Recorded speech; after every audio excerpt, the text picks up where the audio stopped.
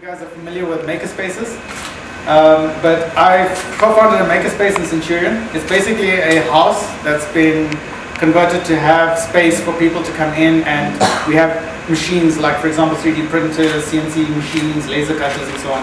And the idea is that like engineers can get together with startups or with students or with anyone basically with an idea that wants to build something, and then we can try out new technology, new prototype solutions and so on. So when I started here, one of the ideas was to build a maker lab, which is what you see behind me. And the reason we want a maker lab in our research lab, it's not usual to see one in a research lab. But for us, we work a lot with technology. We work a lot with what we call Internet of Things, which is basically sensors that we put out into the world to collect data so that we can use it to come up with solutions. Okay, so as you know, IBM's got this amazing system called Watson, which can learn and infer and get insights from lots of data.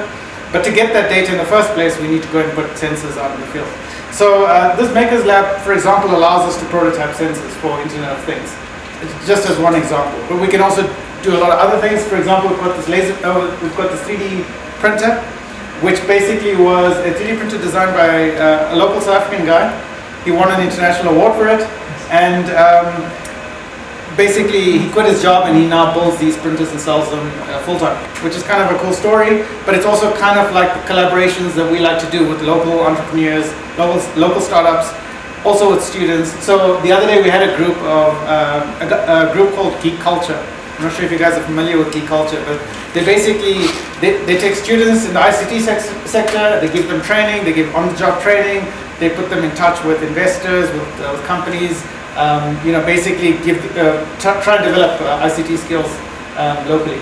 So we had them over here, and they set up a space here where they were building a solution that monitors artwork and tries to figure out how many people looked at which pieces of artwork in a gallery, for example, and then feed that data into IBM's Watson service, which will then be able to pull out a lot of data, like for example, what was the most popular artwork, or which was the artwork that had the most amount of churn, and so on. Okay, so typically the makerspace allows us to then collaborate with people like that, with startups, with students, with other companies within this precinct, but also with universities.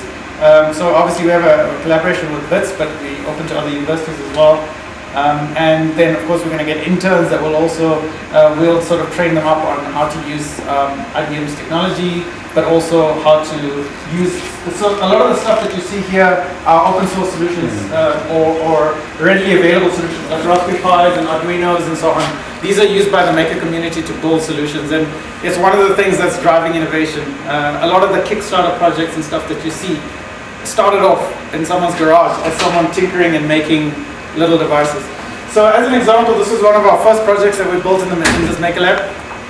This is basically a little device. It's a sensor that we use to collect data, and we used it in our inauguration. Okay, and basically it's a very cheap, tiny sensor that we're going to turn into a wearable.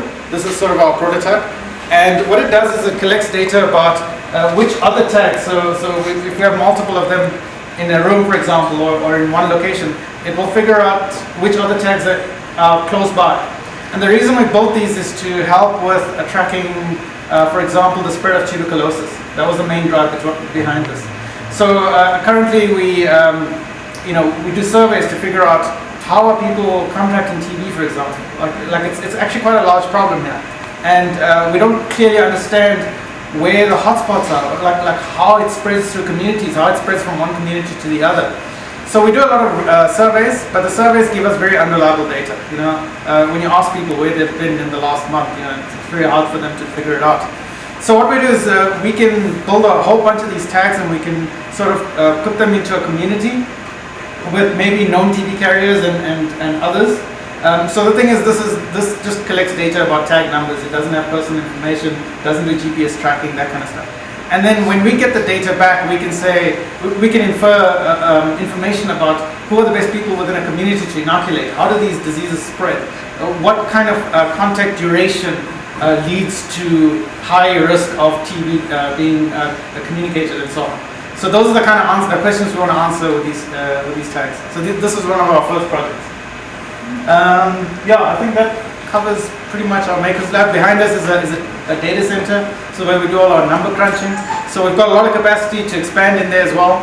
And then in that room, as you head out, you can probably look through the window and you'll see a massive battery bank because we live in South Africa and sometimes power goes out. So so that will keep it running until the generator kicks in. So yeah, that's our makeup.